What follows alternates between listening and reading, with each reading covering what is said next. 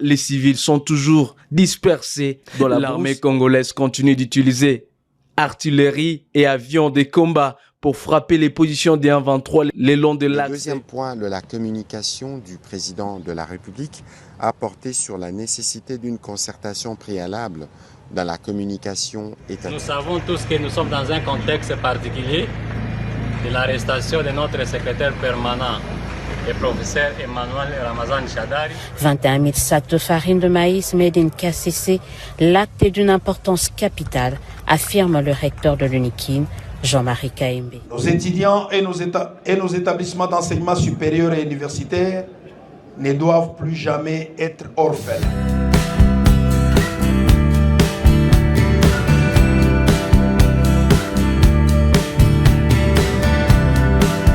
Mwongeye kwirwa neza abakunzi bakasukuru record studio. Uyu ni umwanya makuru mu Kinyarwanda, amakuru ari bwibande mu karere k'ibiyaga bigari.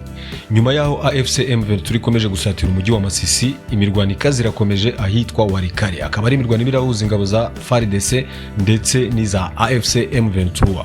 FARDC ikaba irimo irakoresha indege z'intambara ndetse n'ibitero byo ku butaka, aho ivuga ko ishaka gukuramo AFC M23, ariko imirwano ikaba ikomeje kugira ingaruka zikomeye ku baturage baherereye muri kariya gace, aho bamwe bavuye mu byabo abandi bahasiga ubuzima, ndetse hakaba hamaze kugaragara n'indwara zituruka ku mwanda. Si ibyo gusa, ahitwa Uvira hakomeje imirwano ikakaye, aho FARDC irimo irakora ibitero by'intambara cyangwa se byo mu kirere yifashishije indege, ikaba ivuga yuko amavuriro ya hariya Uvira ahegereye za Makobola nta kintu akimariye abaturage, ko ahubwo akoreshwa na AFC M23 kuvura abasirikare bayo bakomerekeye ku rugamba. Ni muri ubwo buryo hari ibitero birimo kwibasira amavuriro atandukanye, aho bagenda bagasahura ibikoresho byose bagamije guhima AFC M23 kugira ngo abasirikare bayo barwariye muri ayo mavuriro bicwe n'uburwayi cyangwa se ibikomere. Ibyo rero bikaba byaje kugaragara nk'igikorwa cy'ubugwari, kuko abaturage nabo bakomeje kubihomberamo, nta n'umwe uri murahabwa serivisi, kuko ibikoresho by'ingenzi bikenewe mu bitaro byose byarashimuswe, bipakirwa amamodoka biratwarwa. Kinshasa, Felix Tshisekedi mu nama y'abaminisitiri yavuze ibintu byinshi bitandukanye, ariko yongera kugaruka ku iyirukanwa rya General Ekenge. Uyu akaba yari umuvugizi w'ingabo za FARDC, aza guhagarikwa mu mirimo ye nyuma yo gutanga ikiganiro kuri televiziyo nationale akibasira ubwoko bw'abatutsi, aho yavugaga ko abagore baho badakwiye kurongorwa n'abayobozi bakuru mu buyobozi bwa Kinshasa, ko abo bagore bataba bagamije kubaka, ahubwo baba baje kunekera bene wabo b'abatutsi kandi aribo bahanganye nabo. N'amagambo Tshisekedi atakiriye neza, afata icyemezo cyo guhagarika uyu muvugizi w'ingabo. Abantu rero bavuze byinshi ku mbuga nkoranyambaga, ariko Tshisekedi mu nama y'abaminisitiri yagarutse ko adashobora kwemera amacakubiri nk'ayo, kandi hari umurongo mushya igihugu cyihaye cyo guhuza abakongomani bose bagasenyera umugozi umwe. Si ibyo gusa, abarwanya ubutegetsi cyangwa abayobozi b'amashyaka batavuga rimwe na leta ya Kongo bigaragambije cyangwa se bakoze umukutano. Hari ishyaka rya Moïse Katumbi rizwi nka Assemblée pour la République, hakaba n'andi mashyaka atandukanye, aho harimo umutwe witwa CJKK. Uyu ukaba urimo urasaba imiryango mpuzamahanga ndetse na MONUSCO ya muri Kongo ko bafasha kumvisha leta ya Kongo ikarekura umuyobozi wayo mu rwego rwa politike wo bita Emmanuel Shadari. Hagati aho abo kwa Katumbi nabo bakaba bavuga yuko bashyizeho umuyobozi mushya bitewe nuko President Moïse Katumbi afitanye ibibazo n'ubuyobozi bwa Kongo, ndetse hakaba hari ibirego biri mu nkiko, bityo akaba atabasha kuzuza inshingano ze nk'umunyapolitiki utavuga rumwe na leta ari mu gihugu. Bashyizeho rero umuyobozi mushya avuga ko ikigiye gukorwa ubu ari uguhagurukira uburenganzira bw'abatavuga rumwe n'ubutegetsi bukubahirizwa, kuko Tshisekedi yafashe itegeko nshinga arigira nk'intwaro yifasha kugira ngo akange abo batavuga rumwe. Mu minsi ishize mu makuru yacu twababwiye umutwe w'ibyihebe wakoreraga mu mijyi itandukanye ya Kongo, za Kinshasa, Lubumbashi, Kasai, Katanga, abo bakaba bazwi ku izina rya Kuruna. Ni amabandi yitwaje intwaro gakondo yakoze ibikorwa byinshi by'ubwiyahuzi, leta iza gufata icyemezo cyo kuyafunga. Ejo bundi rero nibwo nyakubahwa Felix Tshisekedi yasohoye itangazo rivuga ko bubakiwe ikigo ngororamuco bagomba guherebwamo imyuga itandukanye, harimo iy'amaboko, ubumenyi ngiro ndetse n'ubukorikori, ariko ababikurikirana bakavuga ko abo basore nubwo bajyanwa muri ibyo bigo baba bagiye kwinjizwa mu murimo wa gisirikare. uyu munsi rero bagaragaje bimwe mu bikorwa by'ingenzi bamaze kugeraho, aho batanze ku byo bejeje, batanga ibiribwa birimo amafu y'ibigori, ibigori nyirizina, ibikoresho byo mu mashuri, pipitire, bavuga ko ari ibyabarijwe muri ayo mashuri y'imyuga yashinzwe na nyakubahwa Felix Tshisekedi. Ariko amakuru akaba yemeza ko harimo abafatwa bakinjizwa mu gisirikare, ndetse ko bamwe bashobora kuba bakorana n'umutwe bya hafi witwa Wazalendo. Mukomeze mugubwe neza, nta makuru magufi muba mwateguriwe kandi mukagezwa na Kasukuru Record Studio. Wowe utarakora subscribe tujye tubana ibihe byose. Twagiye n'imirwano ikaze hariya muri Walikale twerekeza Uvira, turaza kumva ibyavuye mu nama y'abaministre, hanyuma dusoreze kubigaragambya baharanira uburenganzira bwabo hariya muri Kongo batavuga rumwe n'ubutegetsi, ndetse tuze kureba ibivugwa ko abitwa Kuruna bavuyemo abantu bazima bakaba barimo bafasha amashuri ya universite hariya muri Kinshasa. Twagiye.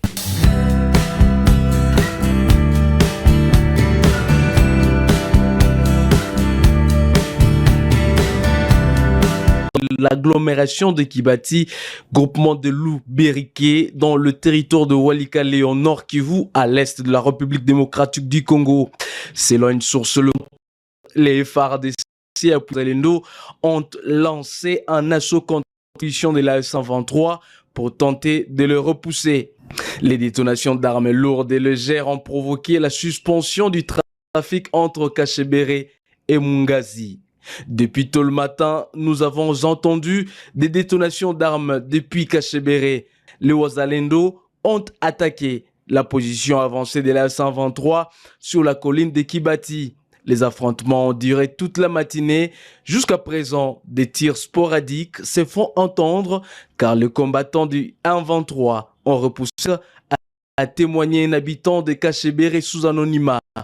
À Buhimba, dans le groupement voisin de Walo Ayungu, un calme relatif est signalé après 2 jours de combats violents entre les FARDC et les 123. Les combattants du 123 se sont repliés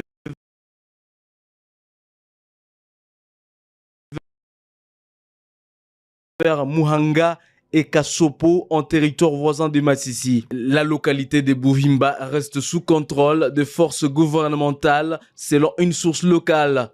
Ces affrontements ont provoqué de nouveaux déplacements de populations. Les habitants des villages voisins d'Engenge, Kaliki et Kangati se sont réfugiés dans la brousse alors qu'ils venaient à peine de regagner leur foyer. À Buhimba, les civils sont toujours dispersés dans la brousse ou installés à Lushali et Nyabiondo depuis près de 6 mois. La situation sécuritaire demeure critique dans le territoire de Masisi et dans plusieurs groupements de Walikale malgré les appels répétés au cessez-le-feu. L'armée congolaise continue d'utiliser artillerie et avions de combat pour frapper les positions des 123 le long de l'axe Moulou-Borora jusqu'à Kibati. Le 2 janvier, un drone de FARDC a raté sa cible à Masisi Centre, explosant sur des habitants et causant plus de 40 blessés civils et au moins 6 morts. La situation humanitaire dans la région reste extrêmement préoccupante avec des populations exposées au combat et au manque de médicaments. Saisir les autorités territoriales dans une note que nous avions alerté par rapport à la situation de précarité du climat social en territoire de Fizi. C'est là de part, il vous souviendra que avant l'année 2025, nous avions alerté par rapport à une situation que nous avions jugée vraiment inhumaine par rapport aux actes de vandalisme des différents centres de santé, mais également où les centres hospitaliers, dont notamment, voire même les menaces des personnels soignants, où nous avions alerté la fermeture du centre de santé de Kafulo, mais également les actes de vandalisme contre les centres de santé d'Iyamba à Makobola. Ce qui nous surprend encore dans la nuit du 3 au 4, le centre de santé d'Abeka, se trouvant dans le territoire de Fizi, a été les cibles toujours des actes de vandalisme des personnes portant les armes. Et cette situation, nous avions constaté comme c'est une situation qui est vraiment alarmante. Pourquoi? Et les mêmes personnes qu'on est en train de menacer ou on est en train de les installations sanitaires qu'on est en train de vandaliser, ce sont les mêmes installations sanitaires qui accueillent les blessés de guerre. Les blessés de guerre, il y a les militaires et toutes les parties prenantes au conflit, mais également il y a les paisibles citoyens. Imaginez-vous si on peut fermer tous les centres ou les structures sanitaires dans les territoires de Fizi, et quel serait maintenant le sort de la population, quel serait le sort des personnes porteurs d'armes. C'est pourquoi nous avions estimé qu'il faut qu'il y ait quand même, il faut qu'on alerte la communauté au niveau territorial du territoire de Fizi, mais également qu'on alerte au niveau national et international, et tout en demandant la protection des personnels soignants et les installations sanitaires, parce que nous avions estimé que c'est une violation des droits internationaux humanitaires ou des droits internationaux des droits. Le deuxième point de la communication du président de la République a porté sur la nécessité d'une concertation préalable dans la communication étatique. Le président de la République a tenu à rappeler avec gravité que la parole publique engage l'État dans ce qu'il a de plus essentiel, sa crédibilité, son autorité morale, sa capacité à rassembler la nation et à préserver durablement la cohésion nationale.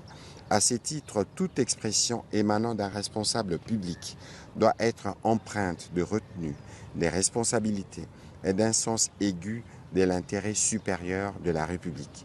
À cet égard, il a suivi avec une attention particulière la récente sortie médiatique du porte-parole des Forces armées de la République démocratique du Congo, diffusée sur la chaîne nationale, au cours de laquelle des propos à caractère méprisant et stigmatisant ont été tenus à l'endroit des femmes de la communauté Tutsi. Le président de la République a déploré vivement cette dérive de langage qui ne reflète ni les valeurs républicaines, ni l'éthique de responsabilité, ni la hauteur de vue attendue de toute prise de parole officielle, a fortiori lorsqu'elle émane d'un membre d'une institution aussi sensible et stratégique que l'armée nationale. De tels propos sont des natures à fragiliser la cohésion nationale, la cohésion sociale, à alimenter des tensions inutiles et à porter atteinte à l'image et à la crédibilité de l'État, tant sur le plan interne qu'externe. Il a dit approuver par ailleurs les mesures prises en son endroit, tout en rappelant avec insistance que la parole de l'État ne saurait être improvisée, émotionnelle ou approximative. Elle doit, en toutes circonstances, être portée avec retenue, responsabilité et clarté d'objectifs, en particulier lorsqu'elle concerne des questions complexes, délicates ou susceptibles d'avoir des répercussions sécuritaires, sociales, politiques ou diplomatiques. À ce titre, le président de la République en a appelé à l'ensemble des membres du gouvernement, aux responsables civils et militaires, ainsi qu'à tous les acteurs de la communication publique à éviter toute sortie médiatique incontrôlée, notamment sur les sujets sensibles touchant à la défense nationale, à la sécurité, à la cohésion sociale et aux relations institutionnelles.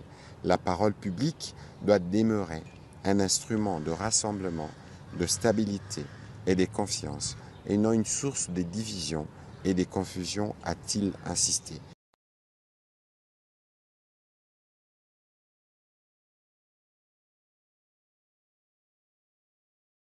Il a encouragé par ailleurs chaque responsable appelé à s'exprimer publiquement au nom de l'État, à se documenter rigoureusement, à maîtriser pleinement les enjeux de dossiers abordés et à mesurer avec discernement la portée de ses propos afin de préserver l'unité nationale, la dignité des institutions et la confiance légitime des citoyens dans l'action publique.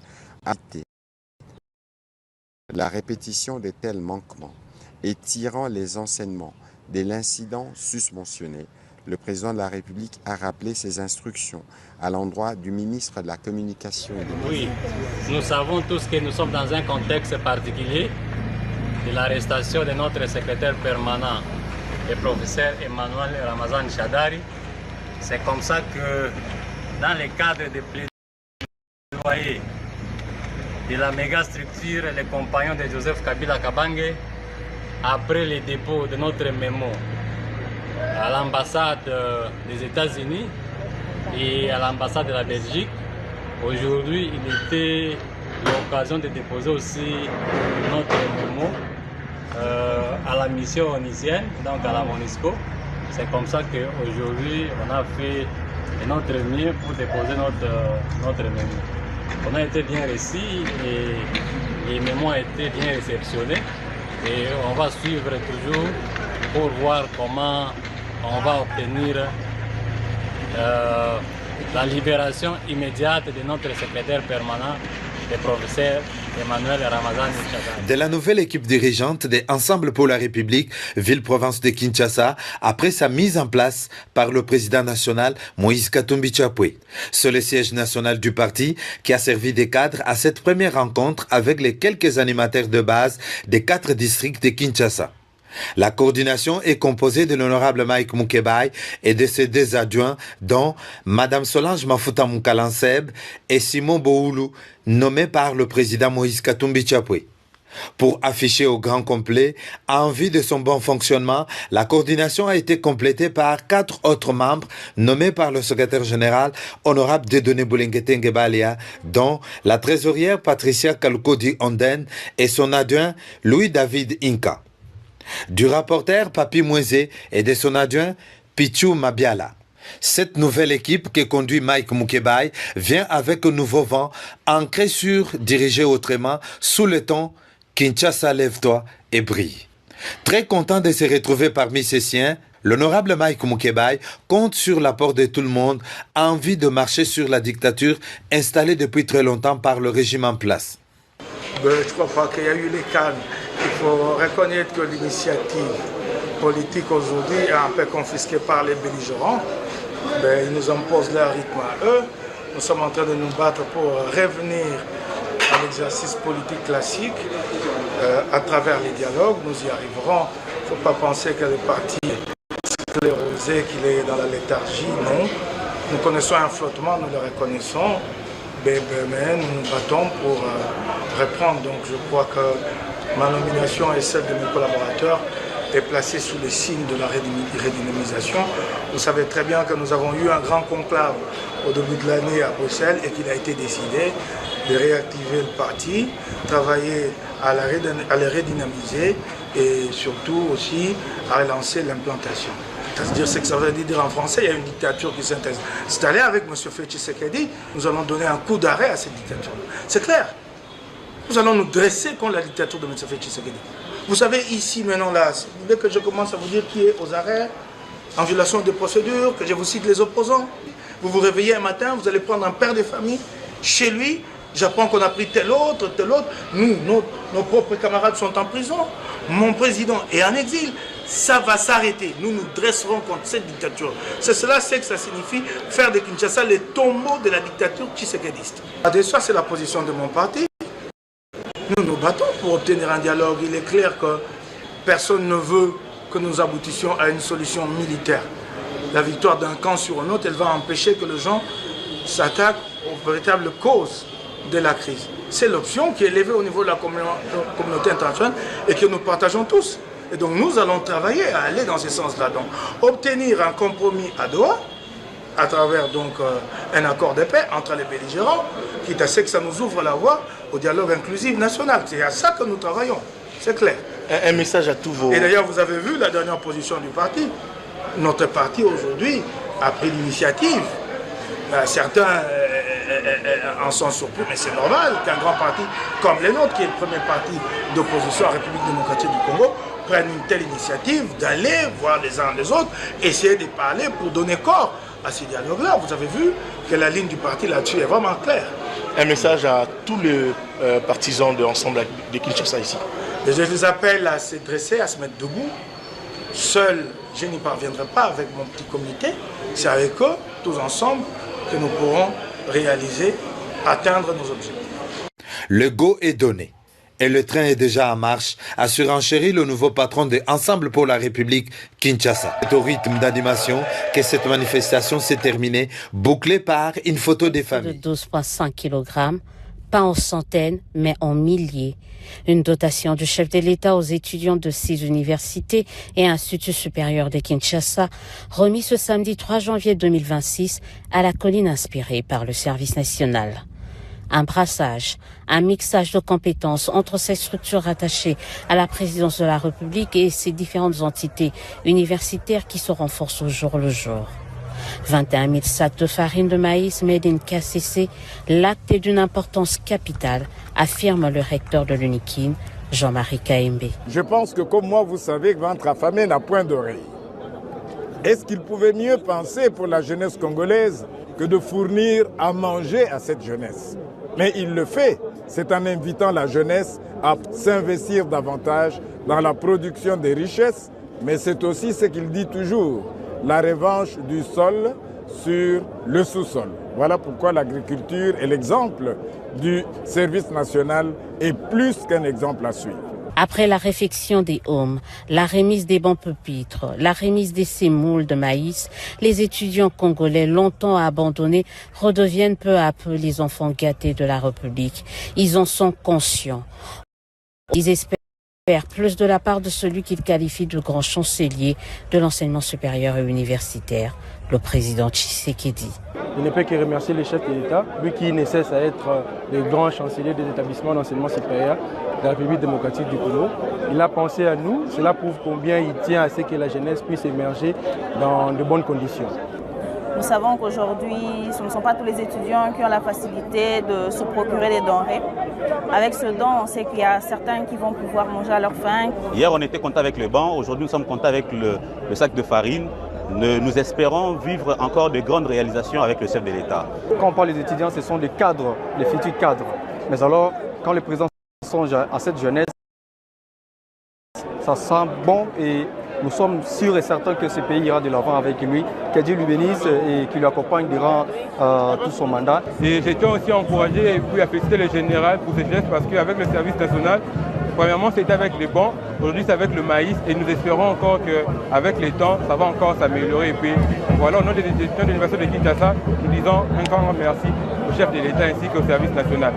On s'attend à la restauration estudiantine, le service national, comme dans ses habitudes, obéit à une instruction, celle du premier bâtisseur, déterminé à réactiver certaines pratiques qui faisaient jadis la fierté des universités congolaises. Il y a près de 40 ans que l'État congolais avait décidé de fermer les restaurants dans les universités et instituts supérieurs de l'époque. Privé de sa bourse, l'étudiant congolais devait se débrouiller seul pour payer son minerval et se nourrir. Pour le président de la République, les choses doivent changer. Nos étudiants et nos établissements d'enseignement supérieur et universitaire ne doivent plus jamais être orphelins. Une minute de silence a été observée, une pensée aux étudiants qui se trouvent dans les zones occupées. Une promesse a été faite, celle de ne pas oublier les universités et instituts supérieurs qui n'ont pas encore bénéficié de ce geste de solidarité du président de la République.